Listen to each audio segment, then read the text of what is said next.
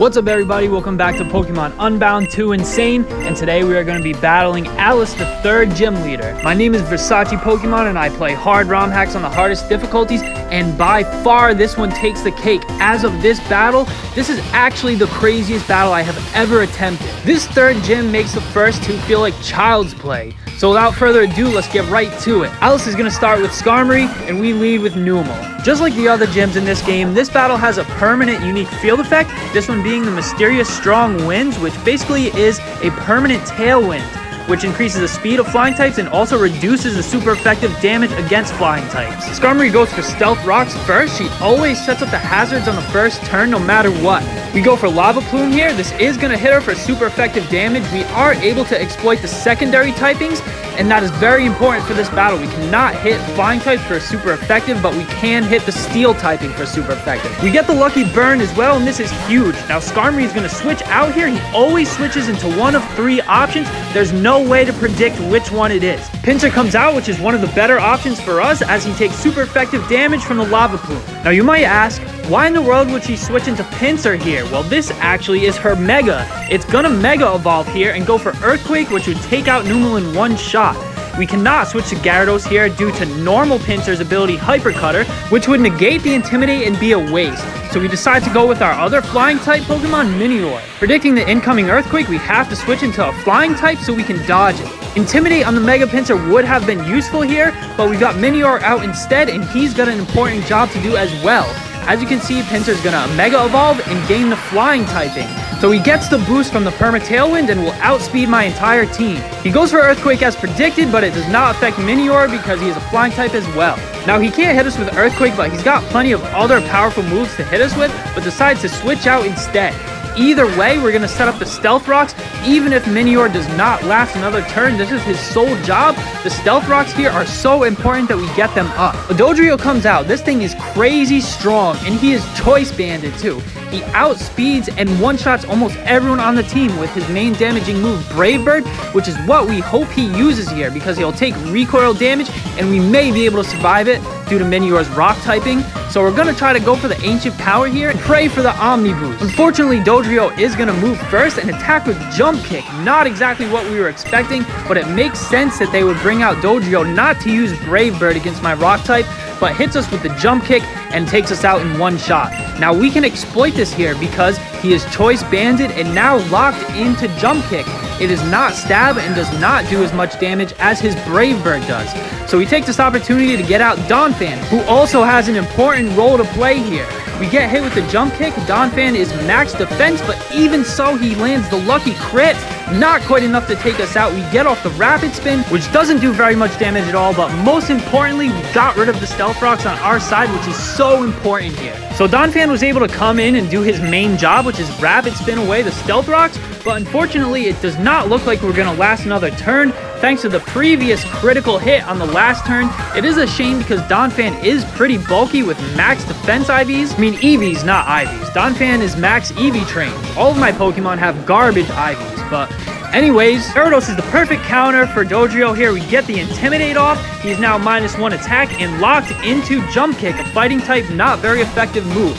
So Alice smartens up and switches out for Gliscor. Now this thing is a pain, I'm telling you. Takes a little Stealth Rock damage. Remember, we got rid of the Stealth Rocks on our side. It was so important because Gyarados would have taken massive damage due to being a flying type. So we've got Stealth Rocks on their side, and we got rid of the Stealth Rocks on our side. Now Gliscor is a Toxic Stall Mine. Now Gyarados is an absolute beast here, but unfortunately his moves at this point aren't that great. So Dragon Rage is our best option. Unfortunately, it does not even do half health. This is going to be a problem because we really need to out-damage him. Anyways, Gliscor is going to go for Toxic. He always does on the first turn, and now he will proceed to try to stall us out.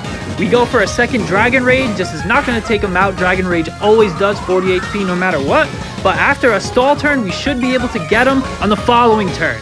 Gliscor's ability Poison Heal is going to heal him for a little bit every turn, while we take poison damage every turn.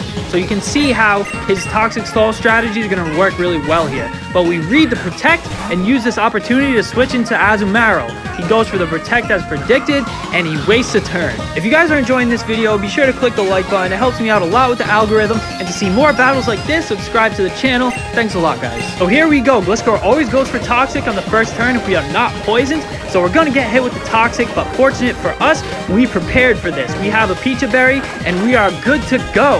Now he is vulnerable. He did not protect this turn. We use the opportunity to hit the Aqua Tail, and it connects, and that's enough to take him out. Let's go. You already know Azumarill has been the MVP for almost every single battle in this game, Unbound 2 Insane, and coming in clutch for us once again, taking out the Gliscor. We'll see if we can keep this train rolling. Alice sends out Crobat next. Now this thing is, all of her Pokemon are crazy strong. All of her Pokemon are so dangerous if you don't handle them right. So here he either goes for Sludge Bomb or Nasty Plot. He does indeed go for Nasty Plot, which is worst case scenario. He is now fast enough and strong enough to sweep the entire team and one-shot everybody. So we go for the Aqua Tail, hoping for a lucky crit, but unfortunately we don't get it, and it's not quite enough to take us out. Now this is a bad situation here. Numel is actually our designated Crobat counter, but because we didn't get him in on the turn that he Nasty Plotted, it is now going to be too late because we cannot Amnesia with the ability Simple to outpace the Nasty Plot. Predicting the Sludge Bomb, we could go into Mawile, but then he would just use Heat Wave on the next turn and one-shot the Mawile. That's right, this Crobat has coverage for almost everything here. So it's tough to make the call here. I decide to sack Azu. Unfortunately, he did a great job, but that's all that we can do. As you can see, after the Nasty Plot, Crobat is an absolute menace. And he does, in fact, have crazy coverage moves.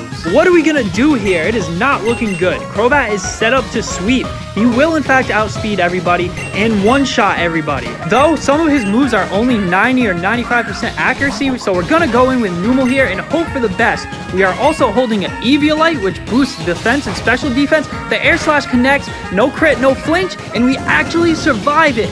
Unbelievable.